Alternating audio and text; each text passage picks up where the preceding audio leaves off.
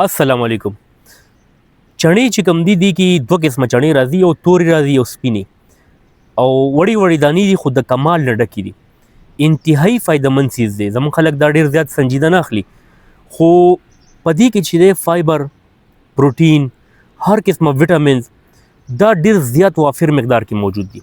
تاسو ته پته ده چڼې مونږ خلک کم څاروي له ورکوي، ډېر زیات اسونو له ورکوي، څومره طاقتوري. نو دا ډېر زیات طاقتور څیز دی. د چڼو استعمال تاسو بدن کې داسې پازیټیو تبدیلیانې راولي، داسې مثبت چې تاسو به خپله حیران پاتې شئ. بل دا نارینهو دپاره ډېر زیات فایدهمند دی.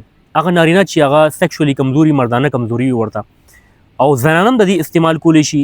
کم زنانو د ملا درد وي، د خپو درد وي، جسماني کمزوري وي ورته، د دې استعمال یو بهترین نسخه درته ښیم. خو اوس دا وایم چې دا چڼې تاسو خورئ نو په کم حالت کې خوړی شي، یعنې کم بیماریانو کې، کم مسایلو کې د چڼې خوراک بهترین رزلټ تاسو له درکوي.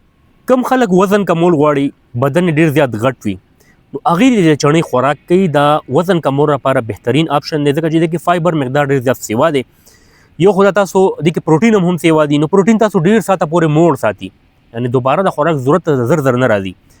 او دویم فایبر پکې سیوا دی، نو هغه د موټاپي او د چربۍ ویلي کولو لپاره بهترین جز دی. نو چې کوم خلک وزن کمول غواړي، نو کوشش دې کوي چې یا ریتي یا یې چڼې دا تاسو خامخا استعمالوئ، او د غرمې ډوډۍ په ځای همدغه چڼې خورئ.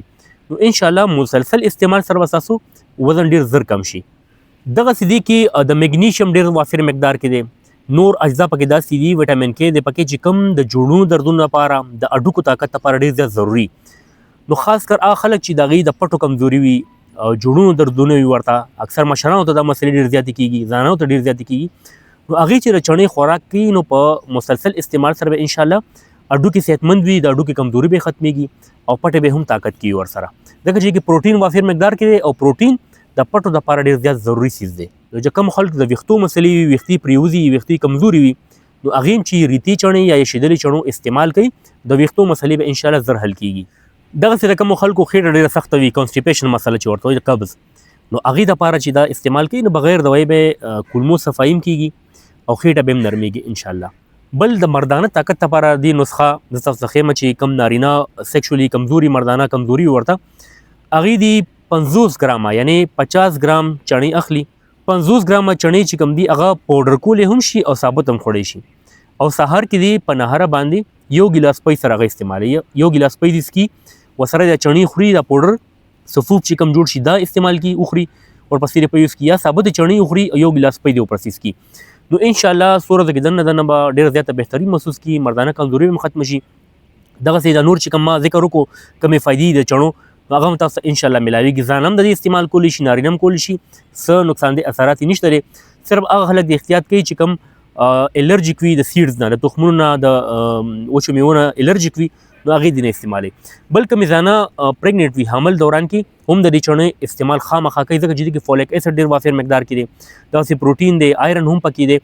نو هغه زانه چې امیدواره دي، هغې لپاره هم دا ډېر بهترین خوراک دی، نو دې استعمال دې لازمي کوي. هغې دې صرف دا احتیاط کوي چې د مالګې والا چڼې دې نه خوري، ځکه چې د مالګې خوراک سره بي پي های کېږي.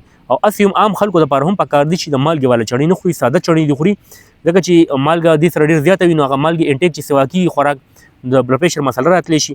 دویم د چڼو کې دا احتیاط پکار ده چې څومره ساده چڼې وي، که تاسو په خپله ریتي کوئ نو بهتر ده، خو یا هغه ځینې واخلئ چې بغیر رنګه ریتي شوي.